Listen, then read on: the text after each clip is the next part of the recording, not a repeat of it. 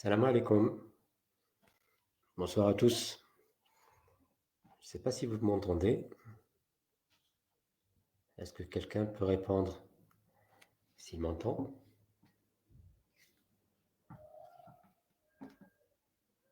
Bonsoir. Très bien. Est-ce que vous m'entendez?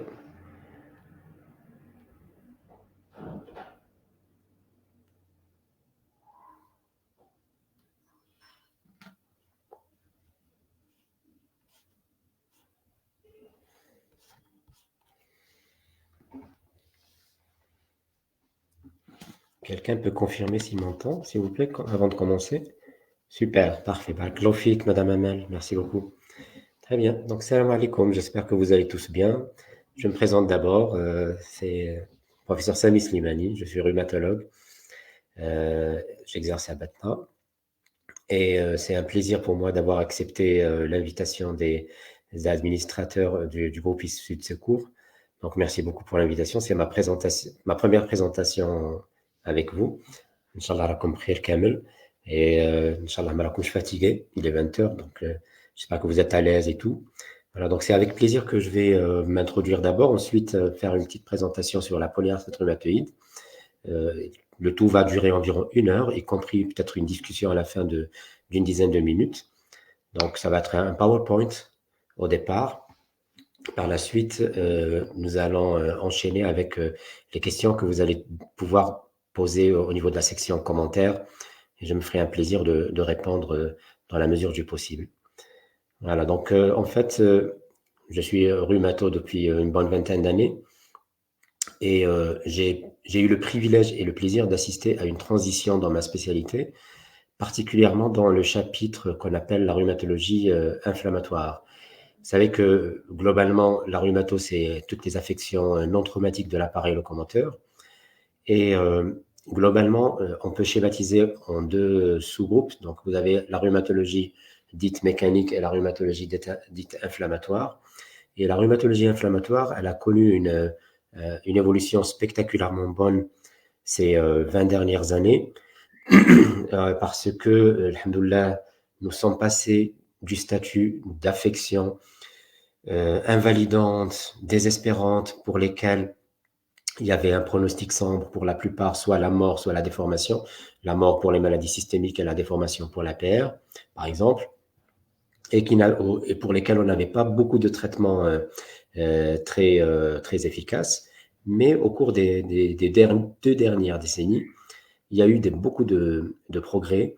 Et vous allez voir que la polyarthrite, la maladie que je vais exposer maintenant, elle illustre parfaitement justement le changement des paradigmes dans le diagnostic et le traitement, parce que le diagnostic est devenu très précoce et donc très efficace, très performant comme diagnostic, et surtout le traitement a changé de visage. Maintenant, nous avons des traitements qui peuvent apporter le statut de rémission, voire même de guérison dans certains cas, bien sûr. Voilà. Donc, on a choisi avec l'administrateur du groupe le thème de polyarthrite rhumatoïde parce que c'est peut-être celui qui apporte le plus d'espoir en notre médecine moderne. Et Inch'Allah, normalement, les prochaines décennies, on aura la même amélioration des prises en charge diagnostiques et thérapeutiques des autres affections qu'on appelle maintenant les affections idiopathiques pour lesquelles il n'y a pas de traitement. Voilà. Donc, je vais agrandir, partager le PowerPoint comme ça, voilà. Hop. Très bien. Pour les commentaires, vous pouvez les poser dès maintenant, mais après, je vais pouvoir répondre, Inch'Allah, après la conclusion. Alors, tout d'abord, c'est quoi la polyarthrite rhumatoïde? En fait, c'est une maladie systémique. Beaucoup de gens oublient que c'est une maladie systémique qui répond à tous les paramètres, tous les critères nécessaires à la définition d'une maladie systémique. La maladie systémique, en fait, c'est en une phrase des maladies auto-immunes non spécifiques d'organes. C'est-à-dire que c'est des maladies pour lesquelles l'étiologie, c'est l'immunité qui devient détournée et qui va attaquer les cellules du foie. Et j'ai dit non spécifique d'organes parce que dans l'APR, il n'y a pas un tissu spécifique qui est atteint, mais malheureusement, on peut avoir à la fois, bien sûr, le tissu préférentiel qui est la cellule synoviale, mais on peut avoir aussi les autres tissus, tels que l'œil, le poumon, le rein, la peau, le cœur et j'en passe. Donc c'est une véritable maladie systémique, mais il y a une large prédominance de l'atteinte de la cellule synoviale. Qu'est-ce qui caractérise l'APR par rapport aux autres affections systémiques? C'est tout d'abord son caractère destructeur, puisque si on ne la traite pas correctement, si on ne fait pas le diagnostic à temps et qu'on ne donne pas le bon traitement, ça devient une maladie qui déforme, qui détruit le cartilage, qui détruit l'os et qui entraîne des répercussions énormes sur la vie sociale, sur la vie, sur la vision de soi, puisque le volet esthétique est très important, surtout chez les femmes. C'est une maladie qui touche surtout la femme, 4 femmes pour un homme. C'est une maladie qui touche aussi essentiellement les gens d'âge moyen, surtout la quarantaine, mais on peut avoir bien sûr des formes plus jeunes, des formes juvéniles, voire même des formes qui commencent à 60 ans et plus. Mais l'immense majorité des cas, 90% des cas, se situent aux alentours de 30 à 50 ans généralement, le début de la maladie. C'est pas la maladie la plus fréquente dans le monde, c'est pas le rhumatisme le plus fréquent dans le monde non plus. Regardez ici, la fréquence, elle est relativement faible, 0,5% de la population en Occident. Et en Algérie, on a une prévalence d'environ 0,15%. Donc, ça fait peut-être aux alentours d'une personne sur 700. On a un adulte sur 700 qui est malade de polyarthrite rhumatoïde. Mais le problème, en fait, ça réside pas dans la fréquence, mais dans la sévérité. Certes, l'arthrose est beaucoup plus fréquente que l'APR, comme rhumatisme de l'adulte, mais l'arthrose, elle est beaucoup moins grave que l'APR, puisque l'APR ici, regardez, elle peut même tuer la personne. Et il y a une espérance de vie qui est réduite de 5 à 11 ans environ par rapport à une population normale. Et même ceux qui ne sont pas tués, ils peuvent avoir, les pauvres, des répercussions sur la qualité de vie, puisqu'ils peuvent arrêter toute activité professionnelle, ils peuvent arrêter toute activité sportive. Et la femme polyarthritique, elle peut subir toutes sortes d'injustices de la part de son mari ou de sa belle famille, qui peuvent aboutir à un divorce à la fin. Mais comme je l'ai dit, le message d'optimisme que je veux véhiculer à travers ces 40 minutes d'exposé, c'est que ces 20 dernières années, il y a eu des avancées dans 2 domaines dans l'APR. Tout d'abord, le diagnostic qui devient très précoce par rapport à avant, et le traitement qui est précoce lui aussi et surtout très puissant. Alors, le diagnostic précoce, ça veut dire quoi? Ça veut dire que nous avons maintenant le privilège de pouvoir poser un diagnostic de certitude avant même d'avoir les déformations. Parce qu'avant, on attendait les déformations des mains, des pieds pour pouvoir être sûr d'une polyarthrite rhumatoïde. Maintenant, on n'a même pas besoin d'avoir des déformations. Il suffit juste d'avoir de petits gonflements ou de petites douleurs inflammatoires pour évoquer et faire le diagnostic. Donc, sur la gauche, vous avez une main rhumatoïde qu'on appelle maintenant main historique parce qu'on voit de moins en moins, quasi jamais maintenant, ce genre de main, c'est très rare maintenant. Et à droite, vous avez la PR typique du 21e siècle. Donc avant, on n'avait pas les moyens de diagnostic, puisque le seul moyen de diagnostic, c'était la radio standard, et la radio standard ne montre que les anomalies tardives. Donc, on attendait un peu l'apparition de déformations au niveau des membres pour pouvoir rétrospectivement dire « Ah oui, c'était une polyarthrite rhumatoïde ». Le délai moyen de diagnostic durant les années 90 était de 4 à 5 ans par rapport aux premiers symptômes qui se déclarent. En revanche, au XXIe siècle, surtout ces dernières années, le diagnostic est très précoce et on arrive à faire une certitude diagnostique avant même l'apparition des premiers gonflements ou les premières déformations, bien sûr. Et ceci a été justement amélioré grandement grâce à l'avènement de 2 éléments sur votre droite. Vous avez l'échographie ostéoarticulaire et la biologie de nouvelle génération. Donc, vous avez la biologie d'ancienne génération que vous connaissez tous, petits et grands. Je ne sais pas maintenant, quand on communique devant un auditoire virtuel, je ne peux pas savoir si vous êtes une majorité de jeunes, de moins jeunes, etc. Mais globalement, tout le monde sait qu'il y a le facteur rhumatoïde, le fameux latex évalerose. Historiquement, ça a été introduit durant les années 1940, comme test diagnostique, mais malheureusement, ce test, il manque cruellement de sensibilité et de spécificité. Plus récemment, nous avons sur la droite ce qu'on appelle les anticorps anti-CCP, qui sont un marqueur immunologique très sensible et puissant, et qui permet de détecter les formes au début, et surtout, il permet même de détecter des formes avant les premiers gonflements articulaires. Ce test anti-CCP s'est généralisé, alhamdoulilah, actuellement. Dans chaque ville d'Algérie, nous avons pratiquement tous les labos qui peuvent doser les anti-CCP, alors qu'il y a une vingtaine d'années, je me rappelle, on envoyait les prélèvements en Europe. Donc maintenant, ce test, il est rapide, il n'est pas très cher et il permet de détecter la majorité des cas de polyarthrite rhumatoïde.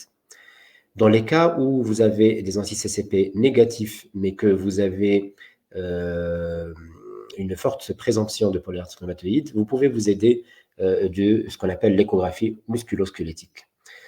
Alors, vous connaissez très bien l'échographie abdominale, thyroïdienne, obstétricale, cardiaque, etc. Et puis, maintenant, depuis quelques temps, l'échographie musculo-squelettique elle aussi, est considérée à la mode au sein de la communauté médicale parce qu'elle permet, grâce à des sondes haute fréquence, dotées d'un Doppler très puissant, de détecter l'inflammation qu'on n'arrive pas à détecter à l'examen clinique. Et de détecter même des signes pathognomoniques de la PR, comme c'est le cas ici. Je ne sais pas si vous voyez cette érosion sur l'image au milieu. Cet aspect ovoïde au milieu, en fait, c'est une image d'érosion rhumatoïde qu'on ne détecte pas à la radiographie standard. Et donc, en pratique, si vous suspectez une PR, on la suspecte sur la base d'un terrain, généralement femme d'âge moyen, de la présence de douleurs inflammatoires, c'est-à-dire une douleur qui réveille la nuit, la présence de douleurs surtout au niveau des mains et des pieds. Là, vous êtes devant un tableau. D'emblée, il faut compenser, jusqu'à preuve du contraire, il faut penser à une polyarthrite rhumatoïde. Pour vous aider sur le plan diagnostique, vous allez utiliser en priorité la biologie, les anticorps anti-CCP et le facteur rhumatoïde. Mais dans les cas où il se révèle être négatif, vous pouvez envoyer chez un rhumato ou chez un radiologue pour une échographie des mains et des pieds parce qu'on peut détecter ces anomalies infracliniques qui peuvent apporter la certitude diagnostique de la PR. Et grâce à ces deux éléments-là, le délai diagnostique entre les premiers symptômes et la déclaration de la maladie a été réduit de façon spectaculaire. Il est passé de 4 ans de délai durant les années 1990 à environ 4 mois maintenant. Donc, il a été divisé par 10 durant les 20 dernières années. Et c'est grâce au traitement précoce qu'on arrive à éviter complètement l'évolution déformante. Donc, globalement, pour le volet diagnostic, c'est des gens, surtout des femmes d'âge moyen, qui viennent avec des mains ou des pieds douloureux, persistants depuis quelques jours ou quelques semaines, qui ne veulent pas céder sous antalgique ou sous repos. Généralement, c'est surtout le sexe féminin, mais on peut avoir les PR masculines. Et les PR masculines, c'est surtout des gens tabagiques. 9 fois sur 10, les 9 cas de PR masculines chez moi en consultation sur 10, c'est des hommes qui fument. Donc, c'est rare d'avoir un homme qui ne fume pas et qui est atteint de polyarthrite rhumatoïde. Ça, c'est le terrain. Ensuite, vous avez l'élément de l'interrogatoire. L'élément le plus primordial de l'interrogatoire, c'est le caractère inflammatoire de la douleur. Comme je l'ai précédemment dit, c'est surtout des gens qui vous disent « je me sens mal la nuit ou bien le matin, 7h du matin, 8h du matin ». Et ils s'améliorent l'après-midi. Ils vous disent « la chia, je vais mieux, je suis moins raide et moins douloureux, vers 15, 5h, 6h de l'après-midi, ça va, je vais beaucoup mieux ». Quand vous examinez, vous allez remarquer que toute compression de la main et du pied peut être douloureuse et on appelle ça le squeeze test. Squeeze test, ça veut dire le test de compression latérale.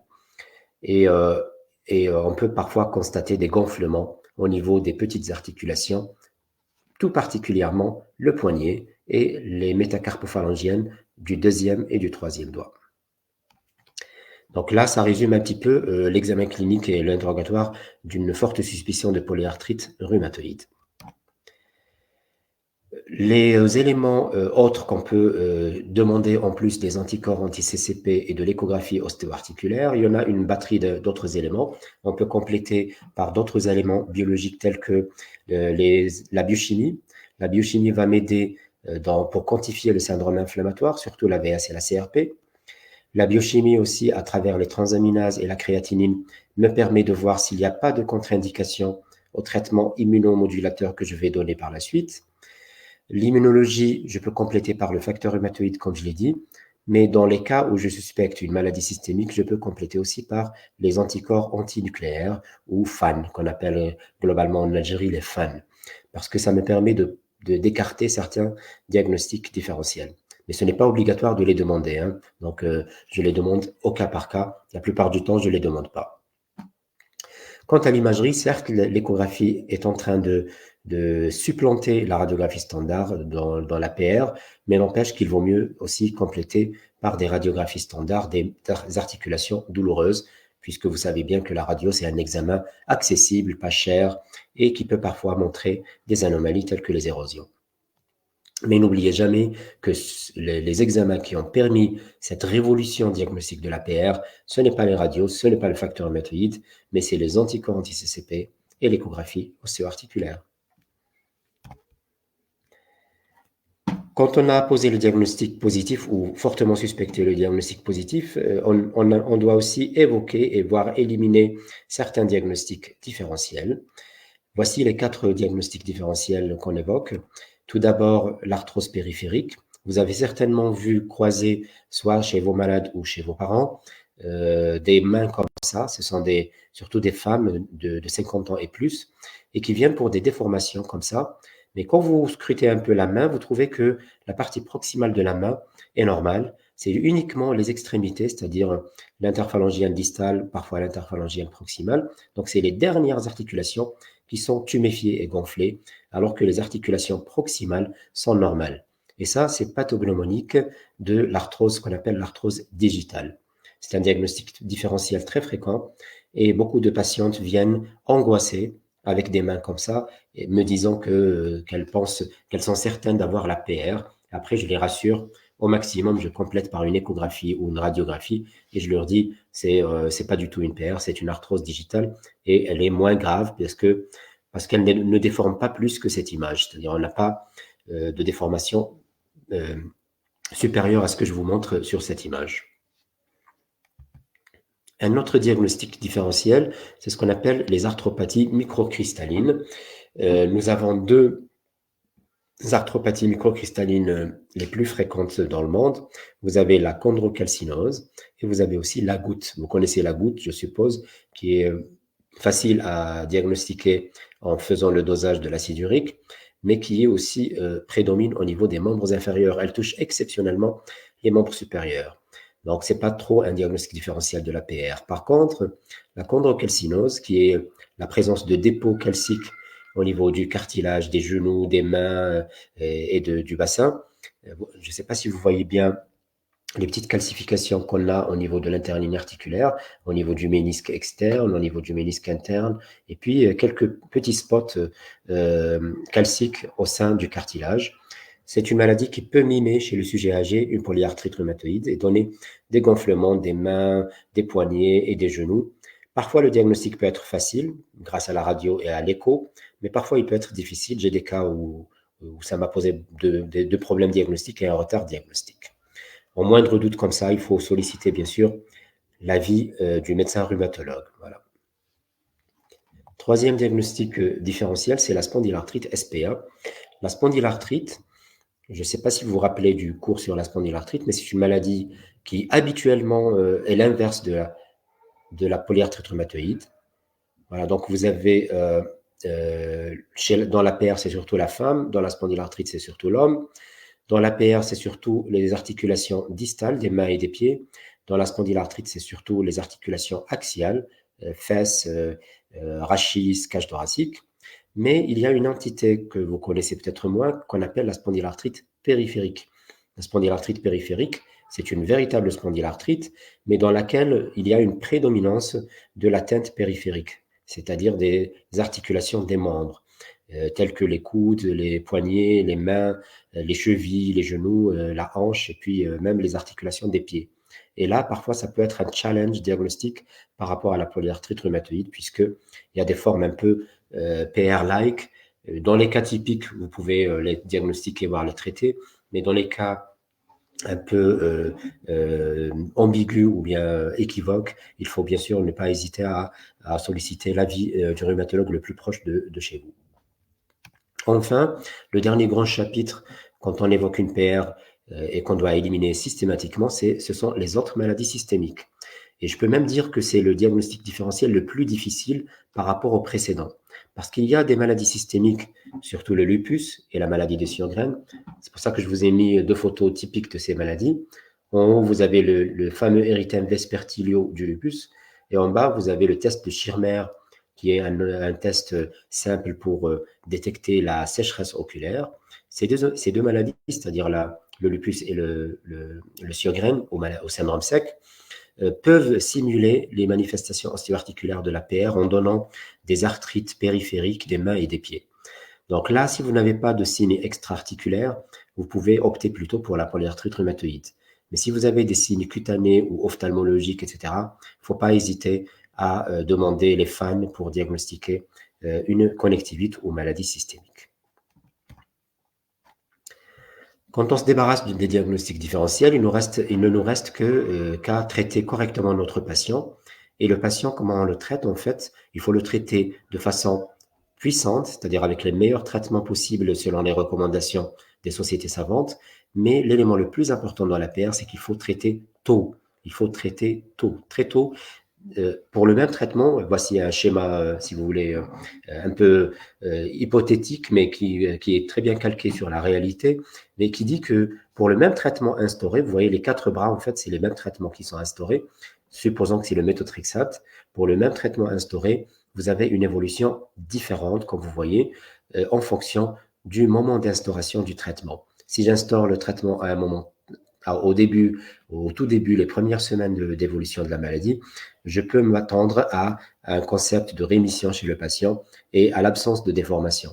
Mais si je commence le même traitement à un stade tardif sur plusieurs mois ou plusieurs années d'apparition des symptômes, là, je ne vais pas avoir une amélioration significative avec le même traitement exactement. Donc, certes, le traitement importe, mais le moment d'instaurer le traitement importe encore plus que la puissance de la molécule qu'on a choisie.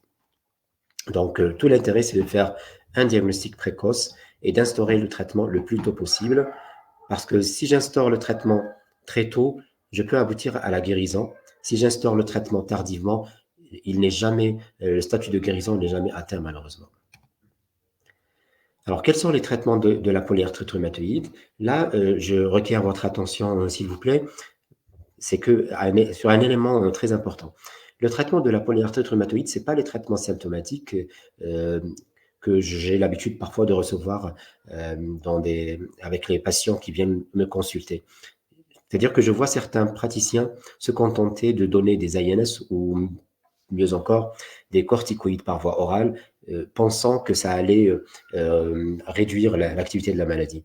En fait, les corticoïdes et les INS et parfois même les antalgiques, sont des traitements purement symptomatiques, c'est-à-dire ils n'agissent pas sur le devenir de la maladie, ils ne permettent qu'une amélioration spontanée et surtout transitoire des douleurs, du gonflement, de la raideur matinale.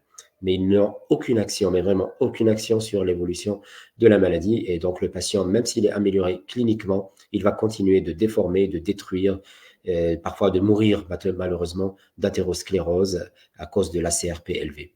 Donc, n'oubliez pas, vous pouvez donner des traitements symptomatiques, particulièrement les éléments sur lesquels j'ai mis 4 croix, les corticoïdes par voie orale et les infiltrations de corticoïdes intra-articulaires. Mais il faut savoir que ce traitement-là ne peut être conçu que comme un traitement d'appoint, un traitement adjuvant pour le confort du malade, mais il ne pourra jamais substituer les traitements de fond de la maladie.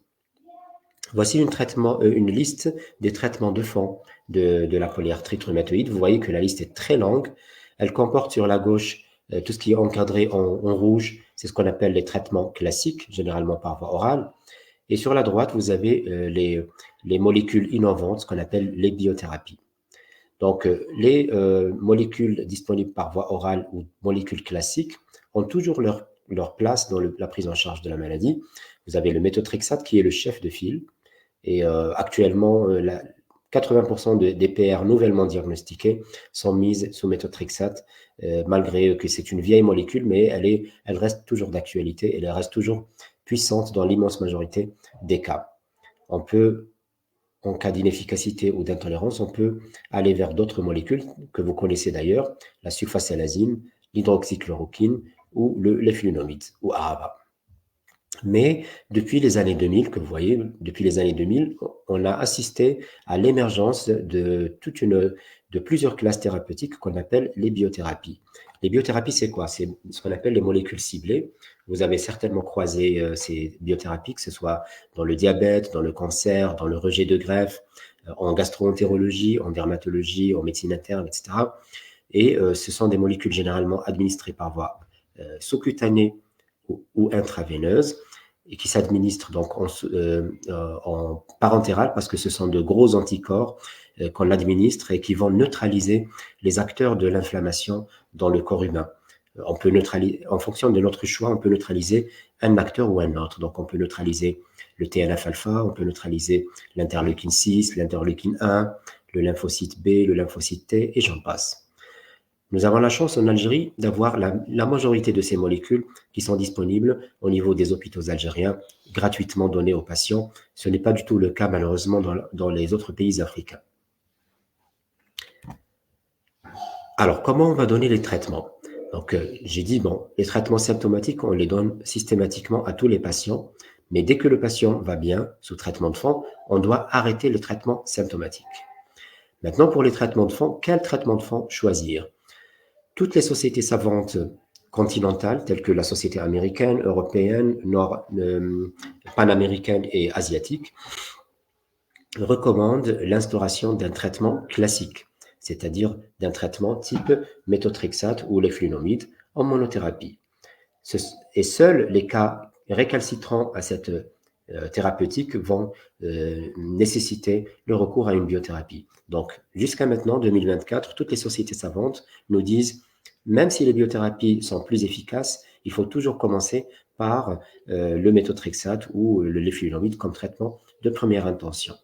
Pourquoi? Parce que les biothérapies sont plus chères, parce que les biothérapies sont inductrices de plus d'événements infectieux que les traitements de fond classiques, et parce que les traitements de fond classiques peuvent réduire, bien sûr, peuvent être pris pendant très longtemps sans que l'on ait peur de soucis de tolérance au long terme. Donc, en pratique, on commence toujours par un traitement dit classique, surtout le méthotrexate, et en cas d'inefficacité ou d'intolérance, on peut à ce moment-là switcher vers une biothérapie. Le méthotrexate reste le chef de file des traitements de fond. Il est disponible pratiquement dans tous les pays du monde. Il n'est pas cher. Et mieux encore aussi, il ne se prend pas tous les jours, mais il se prend une fois par semaine seulement. Et près des 2 tiers des malades qui prennent le méthotrexate répondent bien, ils sont contents sous méthotrexate. Ils ne nécessitent pas de switch vers d'autres molécules. Les biothérapies, par contre, disponibles en Algérie, vous avez à la fois des biothérapies intraveineuses, telles que l'infliximab, mais des biothérapies aussi sous-cutanées, telles que l'étanercept, l'adalimumab, le golimumab, et j'en passe. Donc, par contre, vous avez un élément très important, c'est qu'on ne peut pas suivre et traiter et décider du choix du traitement chez le malade sans connaître les rudiments du suivi d'une polyarthrite rhumatoïde. Avant, quand on n'avait pas de molécules très efficaces, on se contentait de est-ce que ça va mieux, est-ce que ça va bien, est-ce que le gonflement a baissé, etc.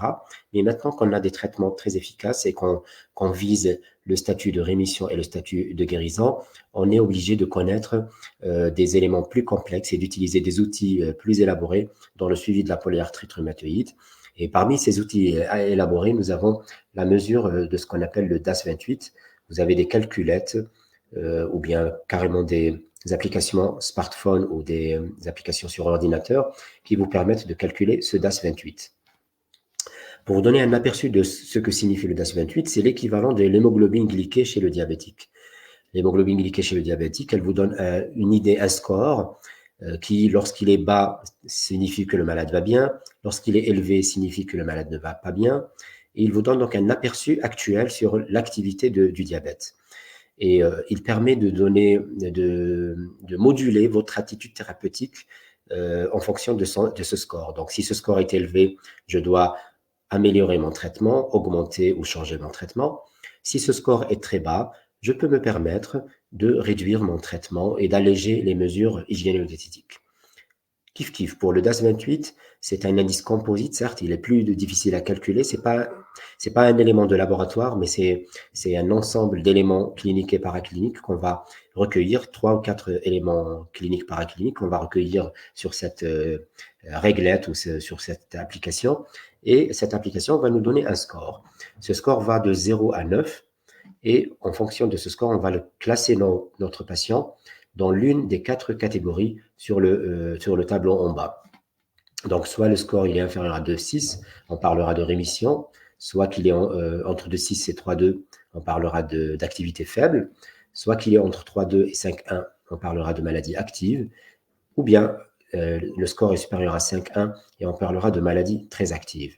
Et ça, c'est très important parce que, en fonction du score lors de la consultation de ce polyarthritique, en fonction de ce score, on va décider si on va réduire le traitement, le maintenir, l'augmenter ou carrément le changer. Donc, à l'issue de chaque consultation rhumatologique de polyarthrite rhumatoïde, on doit sortir avec une des 4 décisions: réduire, maintenir, augmenter ou changer de traitement. Et ça ne peut pas reposer sur un feeling, ça ne peut pas reposer sur un comment ça va mieux. C'est plus scientifique maintenant. Il faut vraiment connaître, savoir comment mesurer le DAS28 et consacrer 2 minutes pour le calculer chez chaque malade afin de décider de la poursuite ou pas de la drogue, du traitement. Alors, chez les gens chez qui j'arrive à réduire le traitement, ce que je fais, c'est qu'à chaque consultation, si le DAS28 est toujours bas, c'est-à-dire j'ai le statut de rémission à chaque fois, je fais une dégression très lente et très progressive et très prudente aussi des traitements de fond. Supposons que le patient était sous méthotrexate 6 comprimés par semaine et qu'il va bien, chaque 3 à 6 mois, je peux réduire d'un comprimé son traitement de fond. Et au bout de 3 ou 4 ans, je peux même parfois me permettre, au bout de 3 ou 4 années, d'arrêter complètement le traitement. C'est ce qu'on appelle la rémission sans traitement, c'est-à-dire la rémission drug-free. Le patient n'a plus de syndrome inflammatoire, n'a plus de douleur inflammatoire sans prendre de médicaments. Et ça, c'est ce qu'on appelle le statut de guérison. Le statut de guérison, il faut savoir, mes amis, qu'il était inexistant il y a 20 ou 30 années. Personne n'en parlait, y compris moi, bien sûr. On ne voyait aucun cas de guérison de PR. Mais maintenant, puisqu'on arrive à capter des cas de PR au tout début, les premières semaines ou premiers mois de traitement, et qu'on instaure des traitements puissants, tels que le méthotrexate à forte dose ou bien les biothérapies, de plus en plus de patients arrivent à obtenir ce statut de guérison. Et c'est ce qui rend le rhumatologue ou le praticien très optimiste par rapport à l'avenir de la PR, puisque c'est une maladie qui devient de plus en plus bénigne, de plus en plus facile à traiter, et peut-être que les cas de guérison vont se multiplier dans l'avenir. Et donc, j'espère que le modèle de traitement et de diagnostic de polyarthrite rhumatoïde va pouvoir être calqué sur d'autres maladies dans l'avenir, surtout l'arthrose qui est très fréquente et qu'on pourra un jour prétendre aussi à la rémission et à la guérison de maladies assez pénibles actuellement, telles que l'arthrose, telles que l'ostéoporose, etc. Voilà, c'était en fait mon exposé. Je vais essayer d'arrêter le partage du PowerPoint. Voilà, très bien. Donc, il nous reste une vingtaine de minutes, si vous permettez. Si vous avez des questions, n'hésitez surtout pas, ou des commentaires aussi, n'hésitez surtout pas à me les poser. Je vais tout d'abord regarder ce que vous avez écrit jusqu'à présent. Alors, nous avons une question question purement physiopathologique. Donc, comment se fait-il que la cigarette puisse influencer l'apparition d'une polyarthrite rhumatoïde? Très bonne question, merci beaucoup. Comme je l'ai dit tout à l'heure, 9 PR masculines sur 10, c'est des PR chez les tabagiques. Et depuis quelques 20 ans à peu près, nous avons la certitude que la cigarette est un facteur étiologique direct de l'apparition d'une polyarthrite rhumatoïde, surtout ce qu'on appelle la PR séropositive, c'est-à-dire ACPA positive.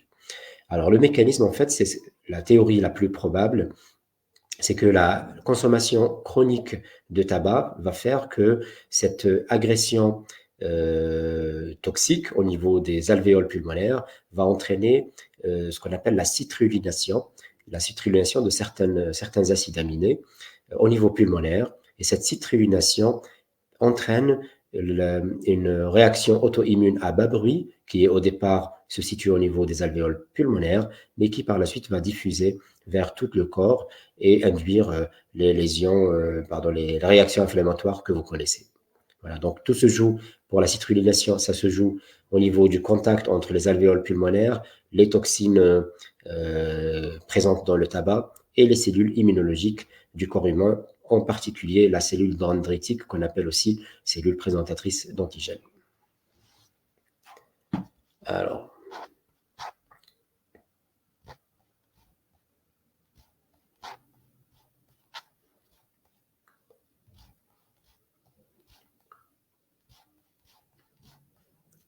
il y a une question, est-ce qu'on peut avoir le support en numérique? Si j'ai bien compris, vous allez avoir bien sûr le support en numérique, que ce soit la présentation live, et même si vous souhaitez le PowerPoint, bien sûr, je me ferai un plaisir de le partager avec vous. Alors, question, quel est le médicament le plus efficace contre l'APR? Alors, en absolu, si on prend vraiment la puissance absolue de chaque traitement, je dirais que probablement c'est un anticorps anti-interleukine 6 qu'on appelle le tocilizumab, et dont le nom commercial c'est Actemra, qui est probablement le traitement le plus efficace actuellement dans la polyarthrite rhumatoïde, sur le plan de la normalisation du syndrome inflammatoire et de la réduction du risque de déformation. Mais ça ne veut pas dire qu'il soit plus efficace, ça veut dire qu'on le donne en première indication, parce que si vous vous rappelez de l'expérience des antibiotiques, si je prends une angine banale streptococcique, automatiquement, si je prends un antibiotique de dernière génération qui se donne uniquement à l'hôpital par voie intraveineuse, certainement il va être plus puissant que le simple Clamoxyl qu'on donne en ville. Mais n'empêche que les sociétés savantes, bien sûr, recommandent la prescription de Clamoxyl en première intention. Donc, être plus puissant que l'autre ne signifie pas être indiqué en première intention, parce qu'il y a des recommandations dans ce sens, et le tocilizumab ne doit jamais être donné en première intention, mais surtout dans la PR en échec ou la PR très sévère, très inflammatoire. Une autre question, durée de traitement par biothérapie. Et quand ce délai s'achève, est-ce qu'on revient à la molécule? Ouais, très bonne question, mais en fait, il n'y a pas de délai pour la biothérapie. La biothérapie, si on l'introduit, on va l'introduire à pleine dose. Je vais vous donner l'exemple de la molécule biothérapique la plus prescrite dans la PR, qu'on appelle l'adalimumab ou Humira. L'adalimumab, c'est un anticorps anti-TNF-alpha qui se donne en injection sous-cutanée toutes les 2 semaines. Donc, au départ, on va donner une injection toutes les 2 semaines. On va suivre, bien sûr, ce qui est écrit sur la notice, sur le Vidal. Mais si le patient est en rémission, et si sa rémission se prolonge dans le temps, on a le droit de faire ce qu'on appelle l'espacement. L'espacement, ça veut dire, au lieu de faire une injection toutes les 2 semaines, je peux augmenter l'intervalle de 14 jours, je peux passer à 20 jours. Et après, je peux passer à 28 jours. Après 1 mois, ensuite 35 jours, etc. J'ai des patients chez qui ne reçoivent leur injection qu'une fois tous les 2 mois, mais à condition d'être toujours en rémission. Si le patient rechute, je dois rediminuer l'espace entre injections. Et est-ce que je dois garder ça indéfiniment? Bien sûr, la réponse est non.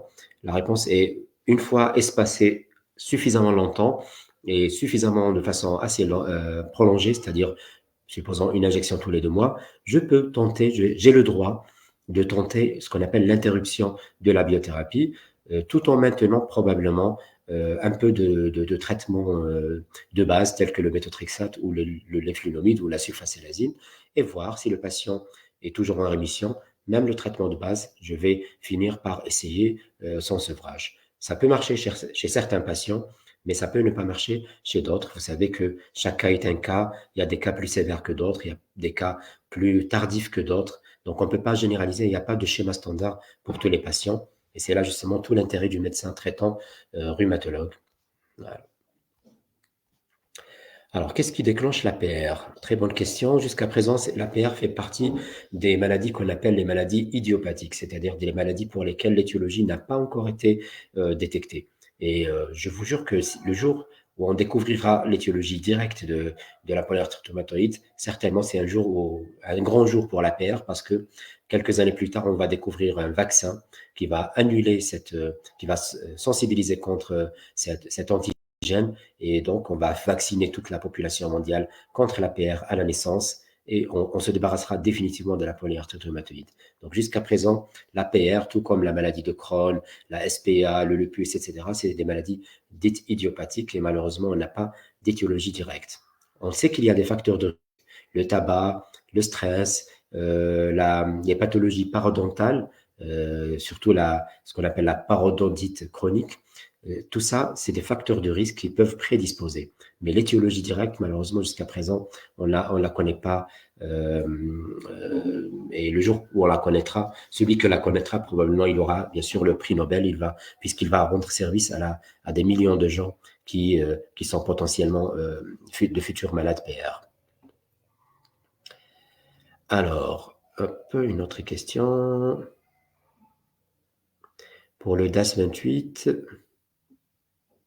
alors pour la polyarthrite rhumatoïde, il y a une question un peu très pertinente par rapport au suivi de l'APR et tout. C'est vrai que l'APR, c'est une maladie qui est un peu difficile à diagnostiquer, mais surtout difficile à suivre et à traiter. Parce que, comme vous avez vu, j'ai besoin du DAS28 pour le suivi, j'ai besoin de traitements immunosuppresseurs et avant chaque initiation de traitement immunosuppresseur, il y a un bilan à demander, il y a parfois des vaccinations à faire. Il y a parfois même moi qui suis prof en rhumatologie, je cède la main parfois dans des PR qui nécessitent une prise en charge hospitalière. Je me dis que ça me dépasse et j'envoie chez le rhumatologue hospitalier ou parfois un interniste hospitalier. Voilà, donc c'est pour vous dire toute la problématique de la PR, c'est que elle doit être idéalement suivie en milieu spécialisé. Par contre,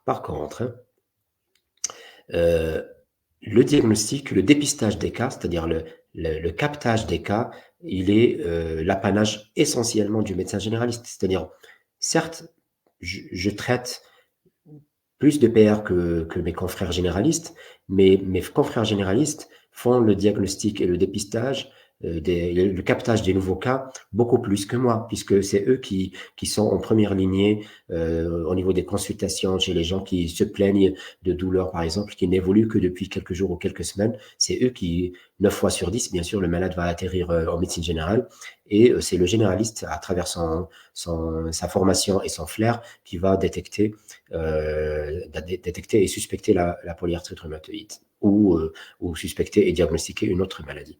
Donc l'APR, c'est surtout le diagnostic beaucoup plus par le médecin généraliste, le traitement, le suivi, c'est surtout par le rhumatologue, et le traitement, ça peut être par un médecin libéral pour les traitements classiques ou par un médecin hospitalier pour les traitements biologiques. Généralement, c'est très simpliste ce que je dis, mais ça répond à 9 cas sur 10. Alors, oui, il y a une collègue qui a évoqué la rupture du méthotrexate. C'est vrai que récemment, depuis peut-être 4 ou 5 mois, il y a une pénurie partielle. Elle n'est pas globale, mais c'est une pénurie partielle en méthotrexate. Il y a des officines qui ont du mal à se procurer du méthotrexate comprimé 2,5 mg. Je suis d'accord avec vous. Mais c'est une pénurie tout d'abord qui est partielle et ensuite qui est ponctuelle parce que c'est pas vraiment le médicament qui tombe en rupture très souvent. Il y a d'autres molécules, malheureusement, qui sont plus souvent en rupture. Vous les connaissez peut-être et tout. Mais le méthotrexate, alhamdoulilah, durant ma carrière, j'ai eu quelques pénuries, certes, mais qui n'étaient pas très longues. Voilà. Mais effectivement, je suis d'accord avec vous que beaucoup qu'on souffre en quotidien à cause de la pénurie de beaucoup de molécules, y compris des molécules antirhumatismales, malheureusement. Je suis d'accord. Mais ce qui est bien, c'est que les biothérapies, 9 fois sur 10 ne sont pas en rupture. Les biothérapies qui sont très chères et qui ne peuvent pas être substituées par d'autres molécules sont 9 fois sur 10 disponibles à l'hôpital, alhamdoulilah. Alors, une autre question par rapport au détail du DAS 28. Voilà, donc je vous ai pas donné les détails par rapport au DAS 28. Je vous ai dit que c'est des paramètres, 3 ou 4 paramètres. Ces 3 ou 4 paramètres, en fait, c'est tout d'abord le nombre d'articulations douloureuses. Et donc, on mesure le nombre d'articulations douloureuses chez notre patient. Et puis, vous avez le deuxième paramètre, c'est le nombre d'articulations gonflées chez notre patient toujours. Le troisième paramètre, c'est l'EVA. Vous connaissez l'EVA, l'échelle visuelle analogique. C'est l'appréciation de la puissance de la maladie. Soit il y a le DAS, il y a le VA malade et le VA médecin. On a le choix parce qu'il y a plusieurs DAS. Moi, je fais le VA médecin. Donc, j'apprécie l'importance de l'invalidité de la polyarthrite rhumatoïde chez le patient en fonction de l'interrogatoire. Et le quatrième paramètre, c'est un paramètre biologique, c'est la valeur de la VS ou de la CRP, mais de plus en plus maintenant, on utilise la valeur de la CRP. Donc, ces 4 paramètres, nombre d'articulations douloureuses, nombre d'articulations gonflées, appréciation de l'EVA, activité de la maladie, et valeur absolue de la CRP. Ces 4 mesures, on va les rentrer dans notre smartphone ou sur notre ordinateur, et il va nous sortir le score. Instantanément, il va nous sortir le score, comme je l'ai dit, qui oscille entre 0 et 9. Voilà. D'autres questions? Docteur Youssef, oui, je suis d'accord avec votre commentaire. Le diagnostic, c'est plutôt le généraliste qui doit normalement poser le diagnostic d'au moins 90% des cas de PR. Et le traitement, comme il est un peu très comment dire, complexe, avec beaucoup de molécules, beaucoup d'indications, de contre-indications et tout, et ça relève plutôt du spécialiste. Je suis entièrement d'accord avec vous. Une autre question, la PR séronégative. Jusqu'à quand elle va se positiver, pardon. Alors, dans la littérature scientifique, on dit qu'environ 20% des PR, mais vrais PR, qui peuvent déformer et tout, 20% sont séronégatives. C'est quoi séronégatif? C'est quand on teste le facteur rhumatoïde et les anti-CCP et que les 2 paramètres sont négatifs. Ça concerne, comme je l'ai dit, 20% des cas. Généralement, les PR séronégatifs sont moins agressifs que les PR séropositives. Et une des particularités, c'est que, alhamdoulilah, maintenant, on arrive à faire le diagnostic en utilisant l'échographie ostéo-articulaire. Mais l'échographie ostéo-articulaire doit être faite par un médecin expérimenté dans tout ce qui est affection inflammatoire des mains et des pieds. Et est-ce qu'elle devient positive par la suite? Je pense que c'est ça le sens de votre question. Il y a des cas qui vont faire ce qu'on appelle la séroconversion, c'est-à-dire qu'elles étaient négatives et qu'elles deviennent par la suite positives. L'inverse est juste aussi. J'ai des PR séropositives et qui, avec le temps, peuvent devenir séronégatives. Mais je dois admettre que la majorité des PR séronégatives restent, tout le reste de l'évolution de leur maladie reste séronégative. Une autre question sur le méthotrexate. À long terme, les effets secondaires. Alors, ce qui est bien dans le méthotrexate, c'est que il y a très peu d'effets secondaires et surtout, ce n'est pas des effets secondaires à long terme, c'est des effets secondaires qui apparaissent dès les premiers mois de type neurosensoriel, vertige, nausée et de type digestif tel que les vomissements et puis parfois des ulcérations buccales. Mais la bonne nouvelle pour le méthotrexate, c'est que nous n'avons pas un seul méthotrexate, mais nous avons 2 méthotrexates. Nous avons le méthotrexate à forte dose qu'on utilise en hématologie et en oncologie. Malheureusement, avec le méthotrexate, il y a beaucoup d'effets secondaires, chute de cheveux, vomissements, dégoût alimentaire, anorexie, etc.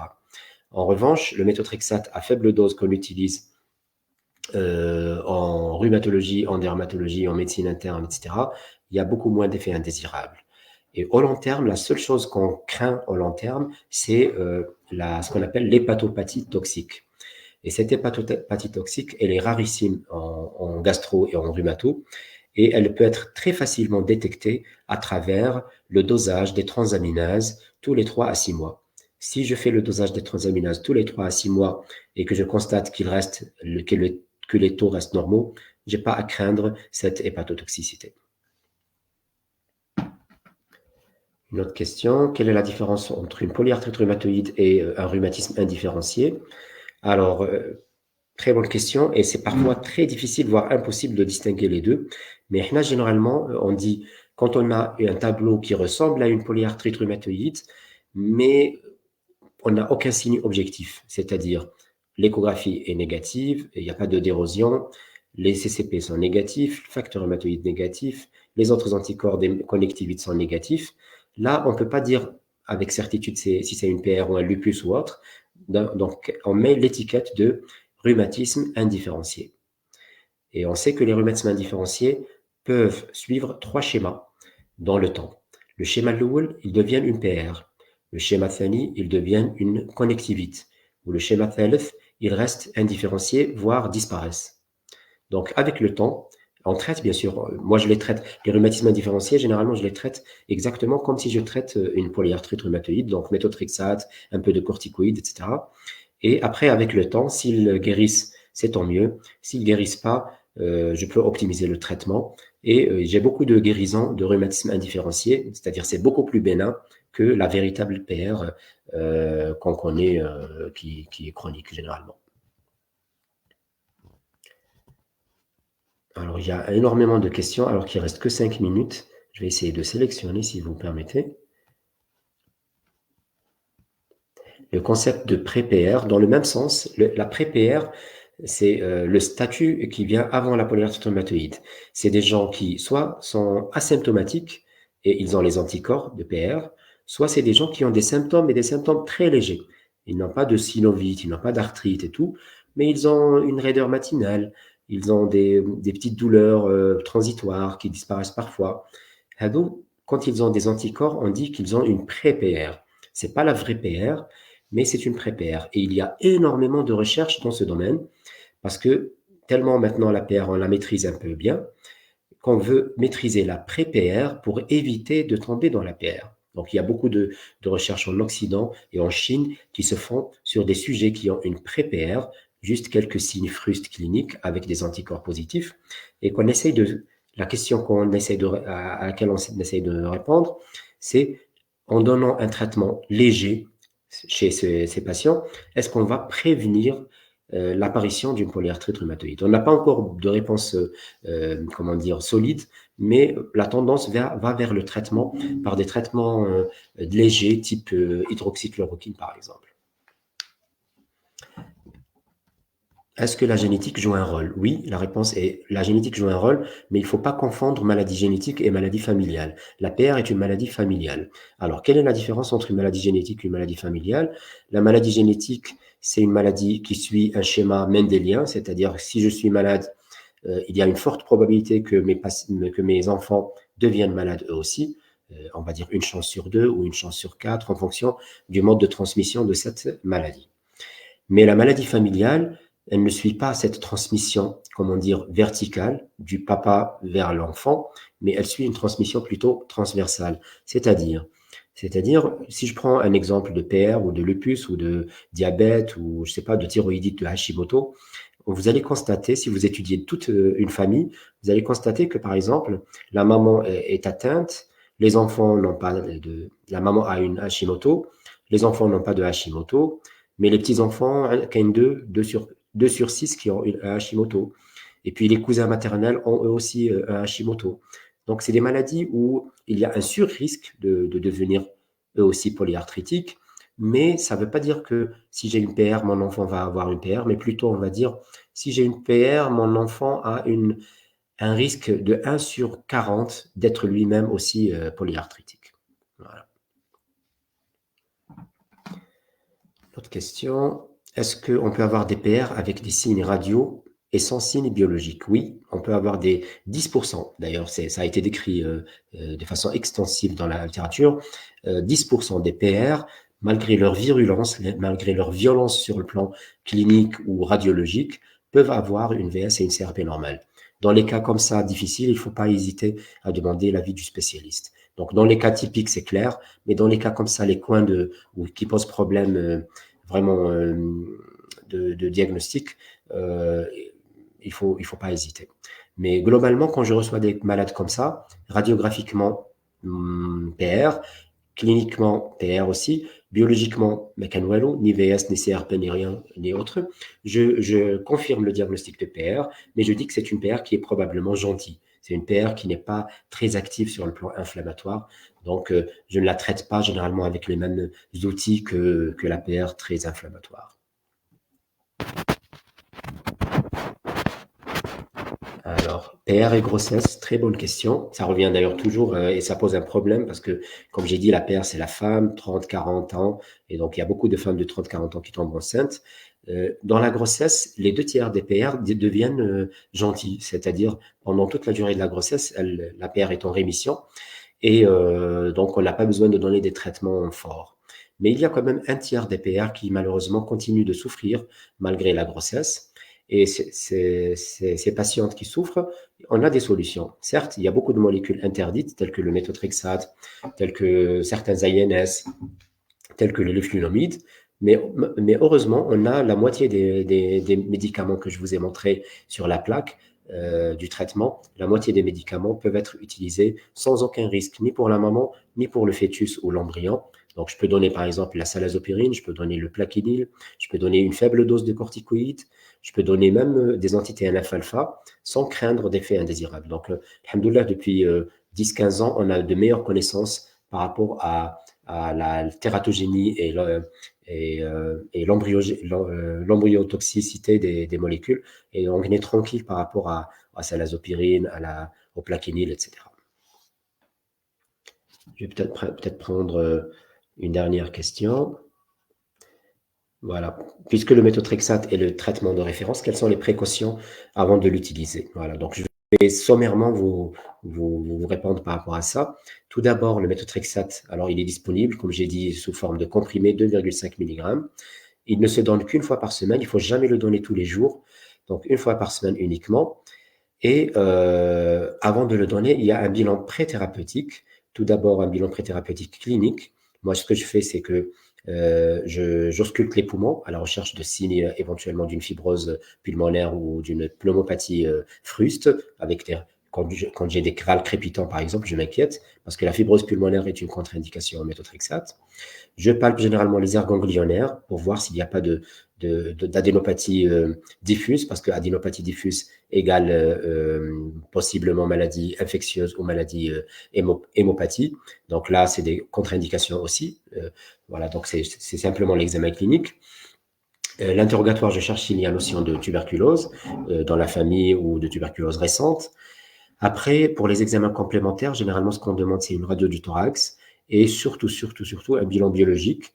Et ce bilan biologique minimum doit contenir un hémogramme à la recherche d'une anémie ou d'une leucopénie, des transaminases à la recherche d'une cytolysie hépatique préexistante et une créatinine à la recherche d'une insuffisance rénale sévère, parce que l'insuffisance rénale sévère contre-indique aussi le méthotrexate. Donc, globalement, le bilan pré-thérapeutique. Une fois je l'instaure, le méthotrexate, l'astuce que je vous donne, c'est de toujours associer le zanitrast, qui est l'acide folique, avec le méthotrexate. Pourquoi? Parce que l'acide folique va réduire les effets indésirables potentiels, digestifs et hématologiques du méthotrexate. Et après, quel est le bilan que je demande pour le suivi? C'est surtout un bilan biochimique et hématologique. Donc, hémogramme, transaminase et créatinine. Je les demande généralement tout d'abord de façon très rapprochée, mais par la suite, je peux les demander de façon espacée tous les 3 à 6 mois pour détecter une éventuelle intolérance biologique au méthotrexate. Voilà, je suis sincèrement désolé, il reste énormément de questions et je crains fort que même si on consacre une demi-heure supplémentaire, on n'arrive pas à répondre à toutes vos questions. Alors, j'ai mis mon mail sur la dernière plaque. Si vous avez besoin de correspondre avec moi, n'hésitez pas, surtout si vous êtes un confrère ou une consoeur. Voilà, donc je pense que sans trop tarder, je tiens à vous remercier pour d'avoir été aussi nombreux. Vous êtes des centaines à vous connecter à Takum Saha. Et merci pour les commentaires, merci pour tout. Et merci aussi à l'administrateur de la page pour tout le boulot fabuleux qu'il fournit. Donc, à une prochaine fois, Inch'Allah, j'espère. Inch'Allah. Passez une bonne soirée et à la prochaine, Inch'Allah. Salam.